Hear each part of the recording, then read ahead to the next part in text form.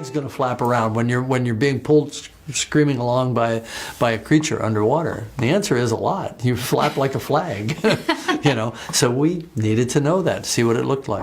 Amigos de Película, soy Gaby Cam y estoy muy feliz de saludarlos desde las alturas de Londres, una de mis ciudades favoritas, y estoy aquí para el evento cinematográfico del año, Avatar, El Camino del Agua. Ya llega a Cinemex y vamos a conversar con todo el elenco de esta película: Zoe Saldaña, Sam Worthington, Kate Winslet y, por supuesto, James Cameron, quien fue quien nos regaló esta gran experiencia hace 13 años y que sigue cumpliendo sus sueños con esta historia.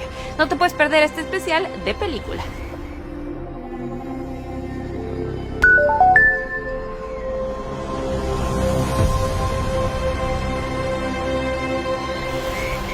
Dad, I know you think I'm crazy. That's behind those big rocks.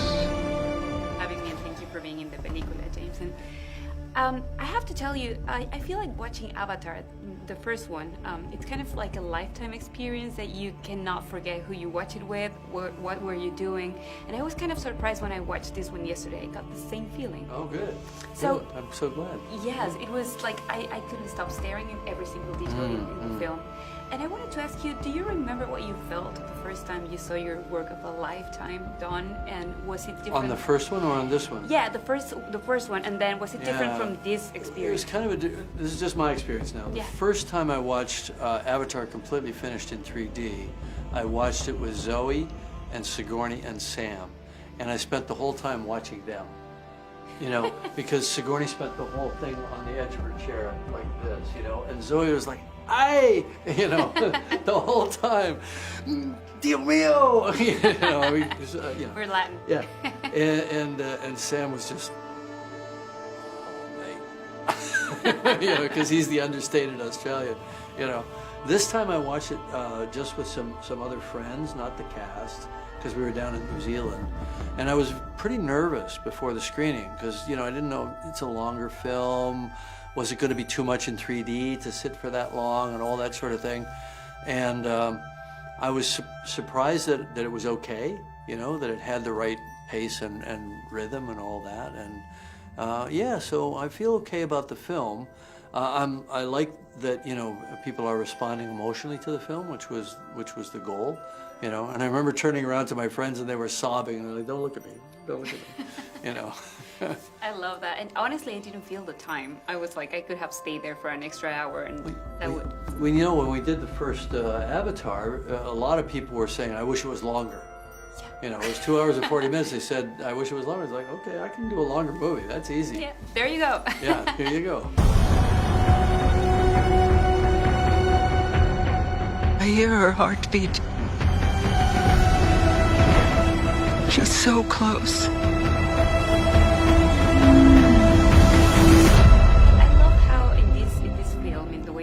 We see a lot of interaction between humans and, you know, Navis. Yes. And I was mesmerized by how much it doesn't show. Like, I could actually believe that was real, you know? It was. Well, it was, yes. Of course it was. We just went to Pandora and filmed it. Yeah, that's what no, I but thought. I know what you're talking about, the integration of the live action and the CG. Yeah. That was something we had, you know, spent a lot of particular attention on this time. And it involves some new tech that we didn't have the first time to be able to do that seamlessly, you know. So these were challenges that we set for ourselves, like doing that scale interaction. Big people, well, the big people are actually our size. Okay. You know what I mean? The actors. Well, so I'm really short, so I'm how not do sure we? it's my size. I was speaking generically, human size, and then obviously water is very hard to do, and these sorts of things. But you know, I hope that the audience doesn't look at it from that perspective, like technically how was it done. I'd love it if they just kind of relax and say, okay, I don't know how this was done, but I like it. Yeah. You know, and just go on the journey. But I'm a nerd, so I need to ask you. Well, some of us are nerds, and we need to know how it was done. Yes. Well, that's how I got started, right? I saw 2001: A Space Odyssey in 1968, and I had to know how they made that. So what does her heartbeat sound like?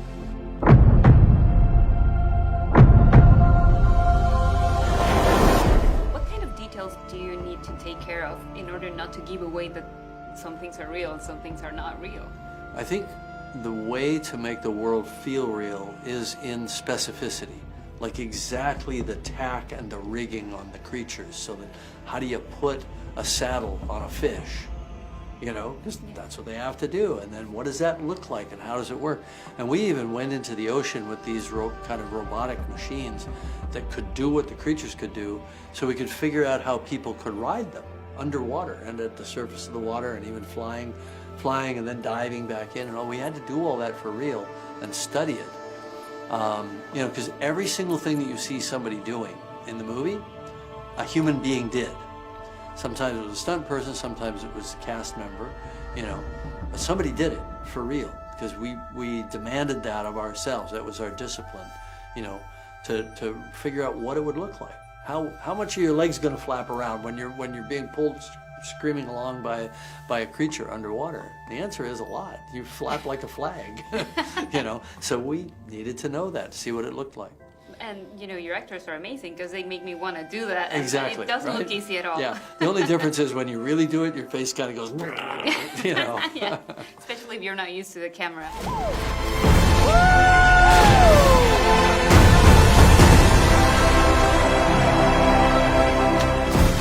Love about this that I can tell that you know a lot about the ocean. I know you've done documentaries on that.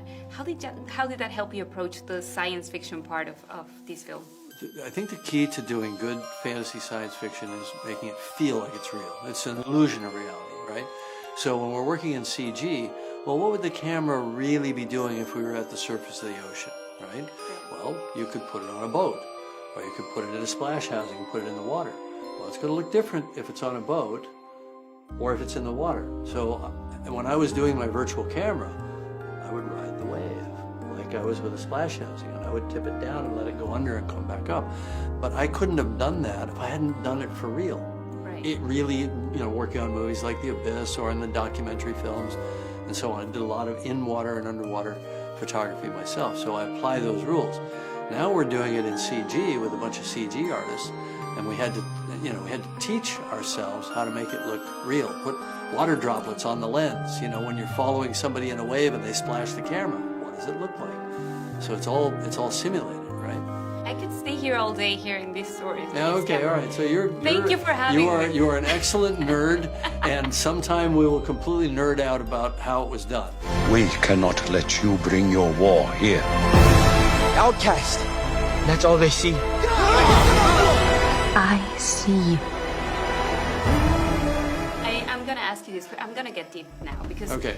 I loved about the Avatar film the "I see you" quote, because Right. I feel like everyone gives them the meaning they want. Right. It Yeah. To me, it means I acknowledge you, I recognize you as who respect you are. you. I respect you. Yeah. I understand who you are, but I didn't before. Like Yeah. I see you for the first time. You know, it means a lot of different things in a lot of different contexts, and it means all those things. It means I love you. It means I miss you. Where were you? You know what I mean? Yeah. It can be as simple as I see you. You're there. Yeah. Yeah. It's a simple greeting. Now right? I have this question for you. If you could say that quote to your younger self at any point in your career where you actually acknowledged yourself and respected yourself as a filmmaker, where would that point be? Ooh. I can think of a few times where it would have been nice if I just showed up and said, "Don't worry, it's going to be okay, kid. It's going to work out." Because there are times of deep despair on every project, even on this project, where you really think it's not going to work. Either the movie won't work creatively, or you won't get it done, or and all that. But you just have to keep plugging forward, just like a shark. You just keep swimming.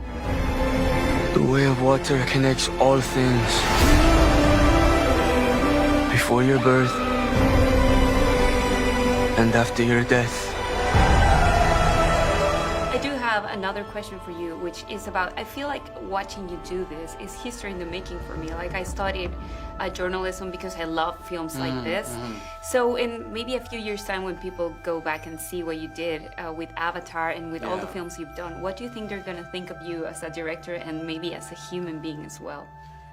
Well, I mean, I think that hopefully they'll see that it's not me. I'm the orchestrator. I'm conducting the orchestra, but there are all these beautiful virtuoso players and soloists, you know.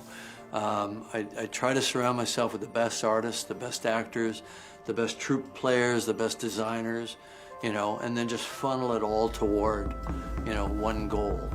So, you know, I hope people can appreciate it. It's not just me making this movie by myself. There's 1,000 other people.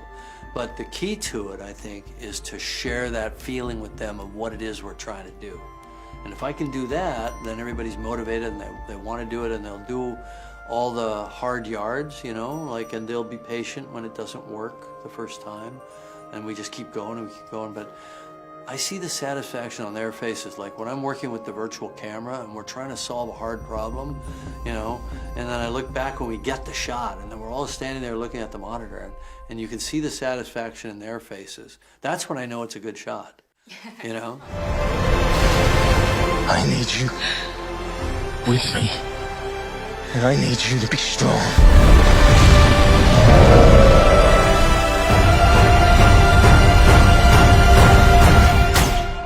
Before leaving, I need to ask you this one last thing. So we're going to be showing the trailer for the Avatar, The Way of the Water, in a massive event in Mexico in the next 2 days. Is there something you wish... Mexico City? Yeah, Mexico City. Is there something you wish people who's going to watch this would know prior watching the trailer for the first time?